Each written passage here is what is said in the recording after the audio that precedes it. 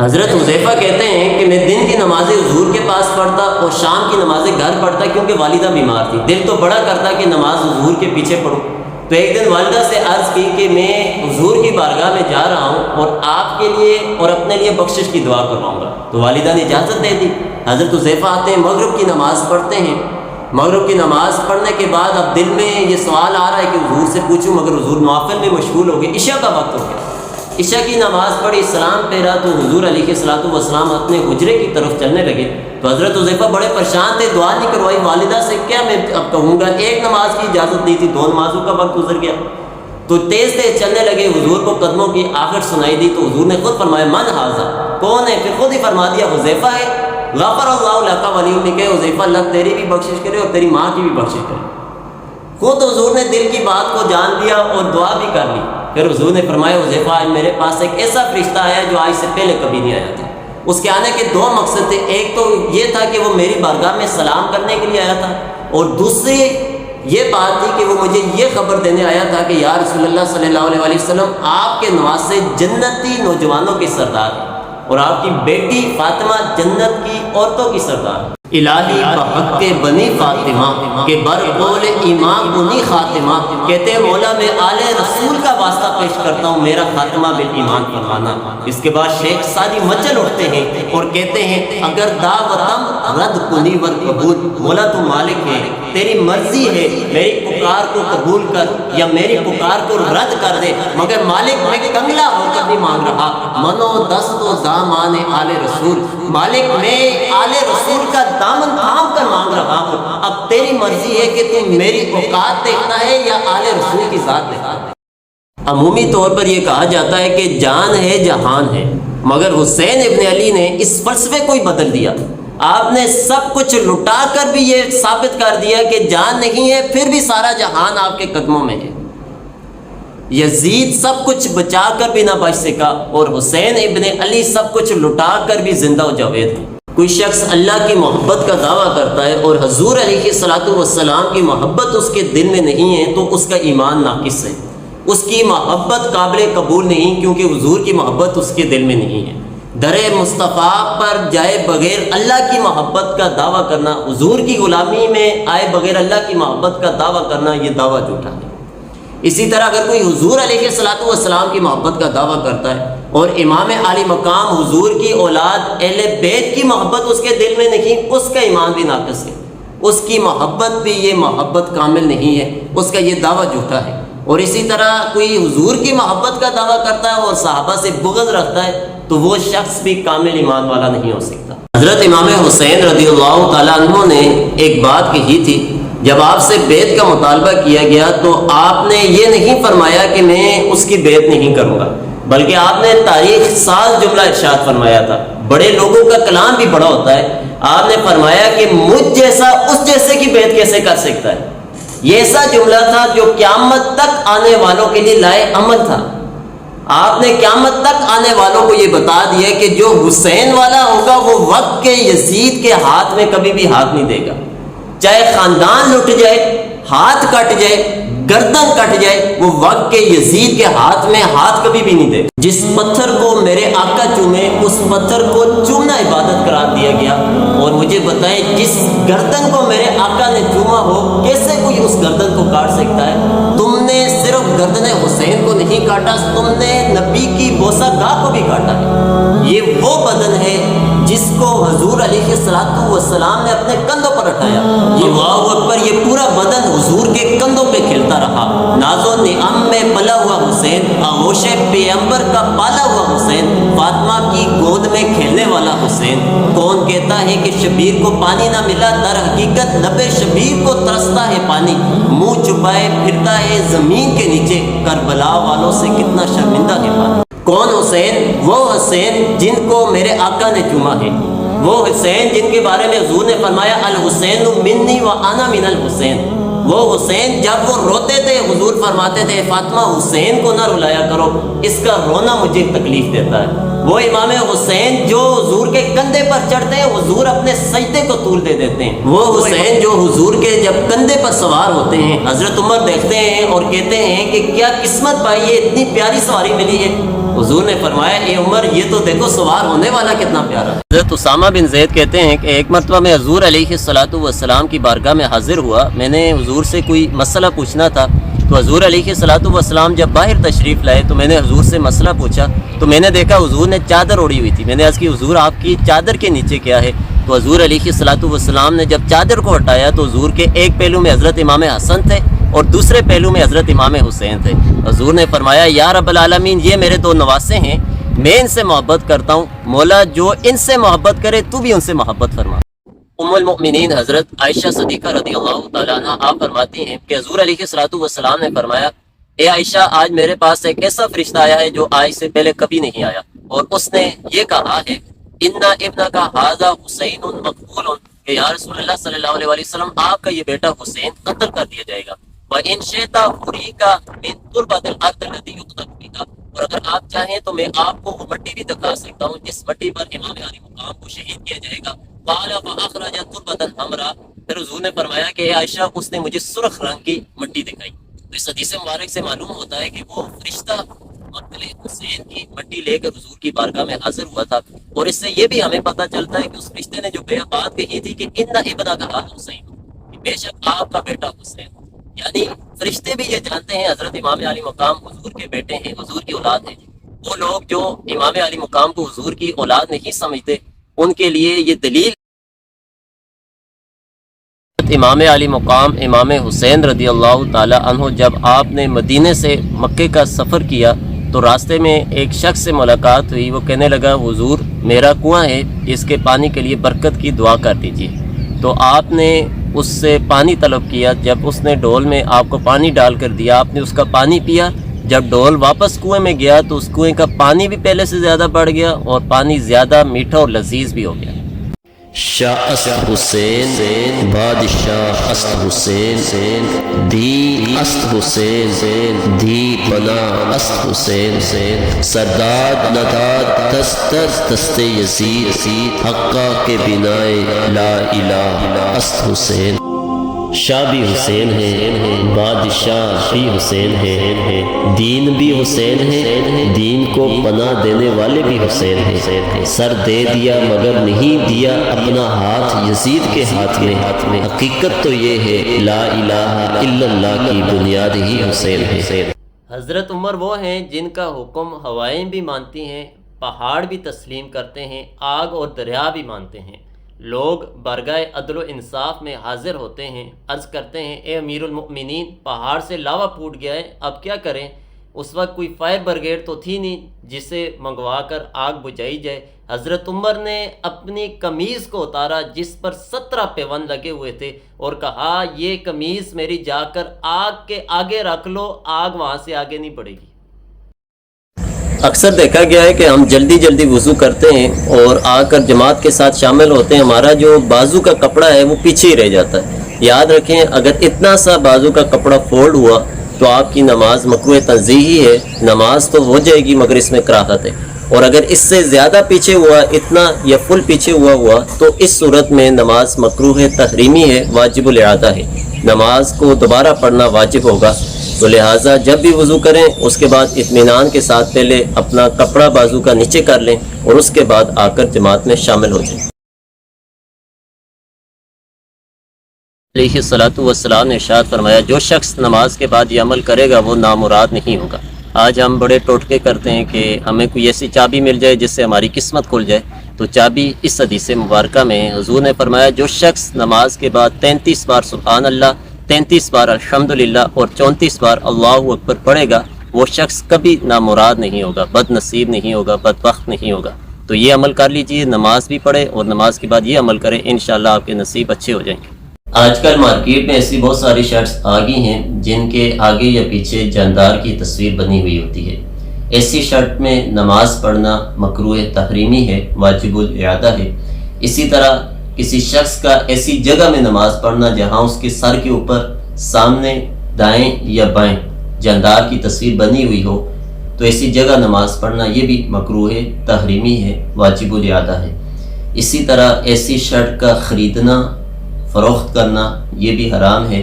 اگر آپ کے پاس ایسی شرٹ آ گئی ہے تو اب آپ ایسا کریں کہ اس کے جو سر کی تصویر ہے اسے محو کر دیں۔ جب سر کی تصویر کو آپ محو کر دیں گے تو اس کے بعد آپ کے لیے اس کا استعمال کرنا جائز ہو جائے گا۔ ایسی قوم ہے جو اس کتاب سے ڈرتی ہے، کچھ تو ہے اس کتاب میں کہ یہ اپنے پارلیمنٹ میں اس کتاب کو اٹھا کر کہتے ہیں کہ جب تک یہ کتاب ہے ہم مسلمانوں کو نہیں مٹا سکتے۔ اقبال نے کہا تھا کتاب زندہ قرآن و حکیم، حکمت اولا یزال است و قدیم۔ اقبال نے کہا یہ کتاب زندہ ہے، یہ قوم تو مردہ ہو سکتی ہے مگر یہ کتاب مردہ نہیں ہو سکتی۔ یہ زندہ کتاب اور زندہ رسول ہی کی وجہ سے تو اس قوم کا وجود ہے۔ آج دشمن کی اس حرکت کی وجہ سے جس شخص کے دل میں ذرا سا بھی ایمان ہے وہ دل گرفتہ ہے، دکھی ہے، بے چین ہے۔ آج ہمیں چاہیے کہ ہم قرآن کو سینوں سے جوڑ لیں، اپنے روحوں میں اتار لیں اور قرآن کے ساتھ جڑ جائیں اور اس کے احکام پر عمل پیرا ہو کر دشمن کو عملی طور پر جواب دیں، تب جا کر مزیداری ہے۔ اقبال نے کہا تھا اصل میں یہ قوم حامل قرآن ہے ہی نہیں، ہم نے اسٹیٹس بھی لگا لیے، احتجاج بھی کر لیے، اب ضرورت اس امر کی ہے کہ ہم عملی طور پر بائیکاٹ کریں۔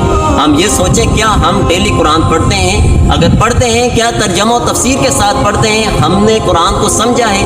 کیونکہ دشمن یہ چاہتا ہی نہیں کہ ہم قرآن پر عمل پیرا ہوں۔ جس دن سے ہم نے قرآن پر عمل پیرا ہونا شروع کر دیا اس دن سے یاد رکھیں ہم نے دشمن کا بائیکاٹ کرنا شروع کر دیا۔ فتنوں کے بارے میں بتا رہے تھے کہ بہت سارے فتنے ہوں گے۔ اتنی دیر میں آپ کی مجلس کے پاس سے جہاں واعظ فرما رہے تھے ایک شخص گزرا تو حضور نے فرمایا اس وقت یہ شخص حق پر ہوگا۔ حضرت عبداللہ بن عمر کہتے ہیں میں اٹھا کھڑا ہوا اور جا کر دیکھا وہ شخص حضرت عثمان تھے۔ میں نے ان کا منہ تھوڑا سا حضور کی طرف موڑا اور میں نے عرض کی حضور حاضر؟ حضور نے فرمایا ہاں اس وقت یہ شخص حق پر ہوگا۔ 18 ذوالحج جمعے کا دن تھا، عصر کا وقت تھا، حضرت عثمان روزے سے تھے، قرآن کی تلاوت فرما رہے تھے۔ حضرت امام حسن، امام حسین، عبداللہ بن زبیر، دیگر صحابہ آپ کے دروازے پر پہرا دے رہے تھے۔ باغی پچھلے گھر سے دیوار پھلانگ کر آپ کے گھر میں داخل ہوئے، آپ پر 9 وار کیے گئے، آپ کو شہید کیا گیا۔ جب آپ کا خون قرآن پڑھتے ہوئے نیچے گرا تو اس آیت پر گرا فَسَيَكْفِيكَهُمُ اللَّهُ وَهُوَ السَّمِيعُ الْعَلِيمُ۔ حضرت عثمان غنی کو مظلوم شہید کیا گیا۔ فیضان نظر تھا یا مکتب کی کرامت سکھائے کس نے اسماعیل کو آداب فرزندی۔ یہ وہ منظر تھا کہ کائنات نے آج سے پہلے ایسا منظر نہیں دیکھا تھا، چشمان فلک نے آج سے پہلے ایسا نظارہ نہیں دیکھا تھا۔ فرشتے بھی دیکھ رہے ہیں، رب فرما رہے فرشتوں بتاؤ ایک وہ وقت تھا وَإِذْ قَالَ رَبُّكَ لِلْمَلَائِكَةِ إِنِّي جَاعِلٌ فِي الْأَرْضِ خَلِيفَةً، جب میں نے تم سے کہا تھا میں زمین میں اپنا خلیفہ پیدا کر رہا ہوں، تم نے کہا تھا مولا تجعل فیہا من یفسد فیہا ویسفک الدماء، مولا تو نے پیدا کر رہا ہے جو دنیا میں خون ریزی کریں گے، خون بہائیں گے۔ اے فرشتوں آج لے آؤ اپنے سجدوں کو، آج لے آؤ اپنے رکوعوں کو، آج لے آؤ اپنی عبادتوں کو۔ تمہاری ساری عبادتیں اس ایک عبادت کے آگے کچھ بھی نہیں ہے۔ آج دیکھو میرا بندہ میری رضا کے لیے اپنے بیٹے کو میری راہ میں قربان کرنے کے لیے تیار ہے۔ فیضان نظر تھا یا مکتب کی کرامت سکھائے کس نے اسماعیل کو آداب فرزندی۔ اب حضرت اسماعیل علیہ السلام زمین پر لیٹتے ہیں، کہتے ہیں والد محترم مجھے باندھ دیجیے، کہیں ایسا نہ ہو کہ میں درد کی وجہ سے تڑپنے لگوں اور آپ کو مجھ پر ترس آ جائے، مجھے باندھ دیجیے، رسیوں سے باندھ دیا گیا۔ پھر حضرت اسماعیل کہتے ہیں والد محترم مجھے کھول دیجیے، کہیں ایسا نہ ہو کہ تاریخ لکھنے والا یہ سمجھ بیٹھے کہ باپ اپنے بیٹے پر زبردستی کر رہا ہے، لہٰذا مجھے کھول دیجیے۔ جب کھول دیا گیا حضرت اسماعیل علیہ السلام کو ذبح کرنے والے تھے تو کہنے لگے اے والد محترم اپنے آنکھوں پر پٹی بھی باندھ دیجیے، اپنے آنکھوں پر پٹی باندھ دیجیے، کہیں ایسا نہ ہو کہ آپ جب مجھے ذبح کرتے ہوئے آپ کو ترس آ جائے اور آپ اللہ کے حکم سے کہیں ایسا نہ ہو آپ پیچھے ہٹ جائیں، لہٰذا اپنے آنکھوں کے اوپر پٹی باندھ دیجیے۔ حضرت ابراہیم علیہ السلام نے آنکھوں کے اوپر پٹی باندھ دی، بیٹے کو لٹا دیا، چھری چلانے کے لیے تیار ہو گئے۔ یہ وہ منظر تھا کہ کائنات نے آج سے پہلے ایسا منظر نہیں دیکھا تھا، چشمان فلک نے آج سے پہلے ایسا نظارہ نہیں دیکھا تھا، فرشتے بھی دیکھ رہے ہیں۔ حضور علیہ السلام نے ارشاد فرمایا مدینے والوں قربانی کا گوشت 3 دن سے زیادہ نہ کھاتے رہو۔ صحابہ نے عرض کی یا رسول اللہ صلی اللہ علیہ وسلم ہمارے بچے ہیں، ہمارے نوکر چاکر ہیں، تو حضور نے فرمایا کھاؤ اور تقسیم کر دو اور بقدر ضرورت جو ہے وہ اپنے پاس رکھ لو۔ تو قربانی کا موقع ہے، قربانی ہمیں اثار کا جذبہ دیتی ہے، زیادہ سے زیادہ غریبوں میں گوشت تقسیم کیجیے اور جس طرح ہم قربانی کے موقع پر احسار کرنے کو پسند کرتے ہیں، زیادہ سے زیادہ گوشت غریبوں میں تقسیم کرتے ہیں، اسی طرح پورا سال اپنے ارد گرد قربا کا خیال رکھا کریں، پورا سال ان سے احسار کیا کریں۔ جس شخص نے قربانی کرنی ہو اسے چاہیے کہ وہ صبح سے کچھ نہ کھائے، قربانی کے گوشت سے اپنے کھانے کی ابتدا کرے۔ یہ سنت مبارکہ ہے، حضور علیہ الصلوۃ والسلام یہ عمل فرمایا کرتے تھے، مگر اس میں دو باتوں کا خیال رکھا جائے، اس سے روزہ نہیں کہہ سکتے۔ بعض لوگ کہہ دیتے ہیں کہ میں روزے سے ہوں اور قربانی کے گوشت سے میں روزہ افطار کروں گا، نہیں، روزہ وہ ہے جو صبح صادق سے لے کر غروب آفتاب تک ہوتا ہے۔ اس میں ایک اور مسئلہ یہ بھی ہے کہ کسی شخص نے پہلے کھا لیا بیماری کی وجہ سے یا کسی اور وجہ سے، اب یہ نہیں ہوگا کہ اس کی قربانی کے اوپر کوئی فرق پڑے گا، اس کی قربانی بالکل درست ہو جائے گی۔ صحابہ نے عرض کی حضور یہ قربانی کیا ہے؟ حضور نے فرمایا یہ تمہارے باپ ابراہیم کی سنت ہے، جو شخص قربانی کرے گا قیامت والے دن قربانی والا جانور اس کے نیکیوں کے پلڑے میں رکھ دیا جائے گا، اور حکم ہوگا اللہ تعالیٰ کی طرف سے، اے شخص تو نے دنیا میں جس جانور کی قربانی کی تھی آج اس جانور پر بیٹھ اور جنت میں داخل ہو۔ حضور علیہ الصلوۃ والسلام نے ارشاد فرمایا جو شخص اللہ کی رضا کے لیے قربانی کرتا ہے، جب وہ اپنے جانور کی گردن پر چھری چلاتا ہے اس کے خون کا قطرہ بعد میں زمین پر گرتا ہے، پہلے رب اس کے سارے گناہوں کو معاف کرتا ہے۔ یاد رکھیں یہ جو قربانی کے ایام ہیں، ان ایام میں سب سے افضل جو عمل ہے وہ قربانی ہے۔ ایک عجیب فلسفہ، عجیب قسم کے لوگ بھی ہیں جو یہ کہتے ہیں جی آپ نے قربانی کے جانور پر اتنے پیسے کیوں خرچ کرنے، کسی غریب کو دے دیں اس کے کئی مہینوں اچھے گزر جائیں گے۔ نہیں، اسلام ایک مکمل ضابطۂ حیات ہے، اور اسلام کا اپنا اسلوب ہے، اپنا طرز ہے، اپنا انداز ہے۔ ان دنوں میں قربانی سے بڑھ کر چاہے جتنا مرضی صدقہ کر دیں، قربانی سے بڑھ کر کوئی اچھا عمل نہیں۔ جناب ابراہیم خلیل اللہ علیہ الصلوۃ والسلام کو جب آگ میں ڈالا جا رہا تھا تو جبرائیل آئے، کہا اے ابراہیم میں آپ کی مدد کر سکتا ہوں، میرا آنا جانا وہاں ہے جہاں اور کوئی نہیں جا سکتا۔ تو ابراہیم نے کہا مجھے آپ کی مدد کی ضرورت ہے۔ تو جبرائیل نے پھر کہا اے ابراہیم تو پھر خود رب کی بارگاہ میں عرض کیجیے۔ تو ابراہیم علیہ السلام نے بہت پیارا جواب دیا، کہا اے جبرائیل یہ بتاؤ ان کافروں کے دلوں میں کس نے ڈالا ہے کہ مجھے آگ میں پھینکا جائے؟ تو جبرائیل نے کہا رب جلیل نے۔ تو ابراہیم نے کہا اگر رب جلیل کی یہ مرضی ہے تو پھر خلیل بھی اس کی رضا میں رہا۔ بے خطر کود پڑا عشق آتش نمرود میں، عقل تھی ماہوے تماشا لب بام ابھی۔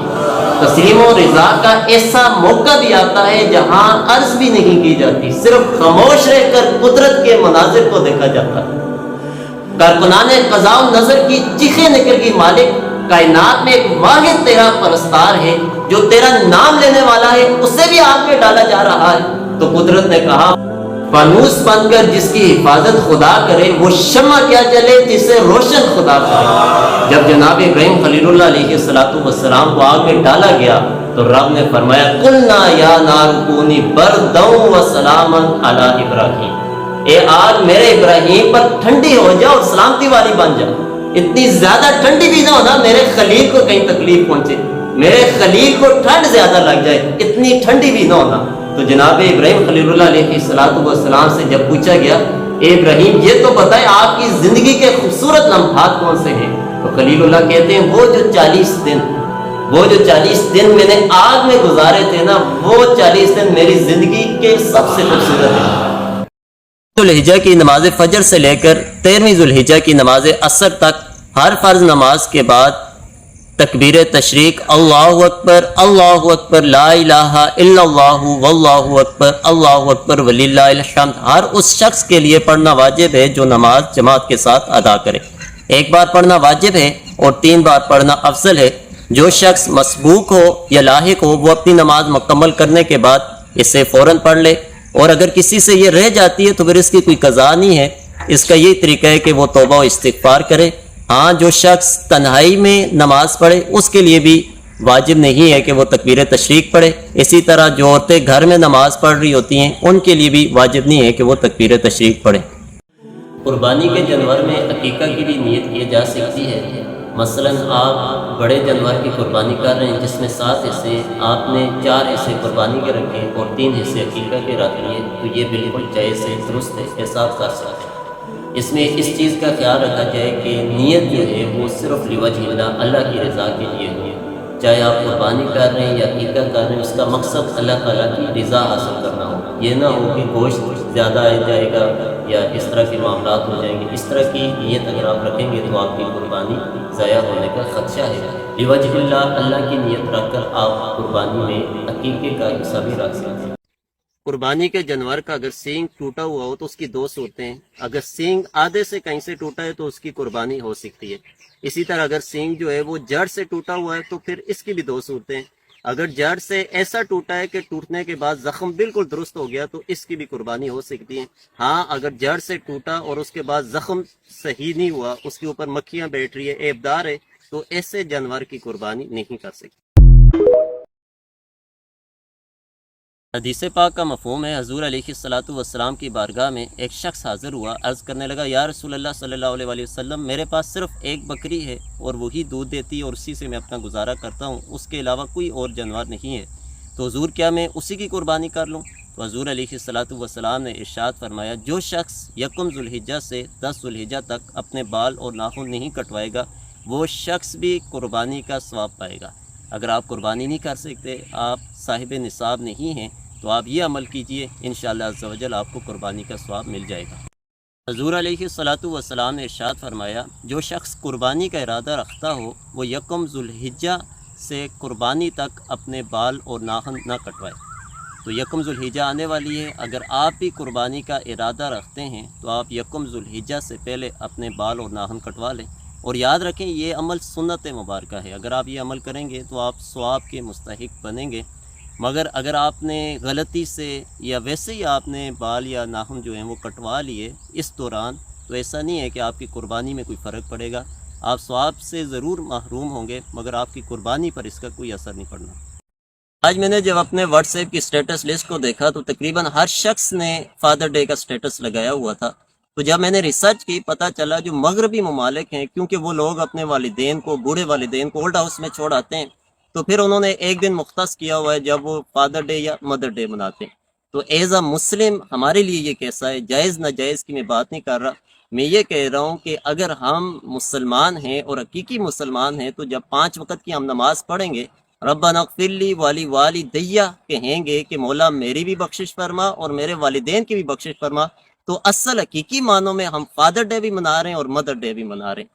تو ایز اے مسلم آپ سوچیں کیا ہم پریکٹیکلی بھی اسے اڈاپٹ کر رہے ہیں یا صرف ہم نے اپنے والدین کی عظمت کو اب سٹیٹس تک محدود کر دیا؟ حضور علیہ الصلاۃ والسلام نے ارشاد فرمایا، جو شخص قربانی کا ارادہ رکھتا ہو وہ یکم ذوالحجہ سے قربانی تک اپنے بال اور ناخن نہ کٹوائے۔ تو یکم ذوالحجہ آنے والی ہے، اگر آپ بھی قربانی کا ارادہ رکھتے ہیں تو آپ یکم ذوالحجہ سے پہلے اپنے بال اور ناخن کٹوا لیں، اور یاد رکھیں یہ عمل سنت مبارکہ ہے، اگر آپ یہ عمل کریں گے تو آپ ثواب کے مستحق بنیں گے۔ مگر اگر آپ نے غلطی سے یا ویسے ہی آپ نے بال یا ناخن جو ہیں وہ کٹوا لیے اس دوران، تو ایسا نہیں ہے کہ آپ کی قربانی میں کوئی فرق پڑے گا، آپ ثواب سے ضرور محروم ہوں گے مگر آپ کی قربانی پر اس کا کوئی اثر نہیں پڑنا۔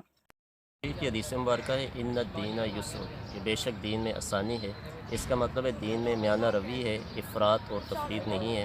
بعض لوگ اس کا غلط مطلب لے کر وہ پتہ نہیں اپنی سے ہی آسانیاں بنانا شروع کر دیتے ہیں۔ ایک بھائی صاحب کہہ رہے تھے جی داڑھی دین میں، دین داڑھی میں نہیں ہے، حالانکہ داڑھی کا وجوب نص سے قطعی سے ثابت ہے، اور داڑھی بھی وہ جو سنت کے مطابق ہو۔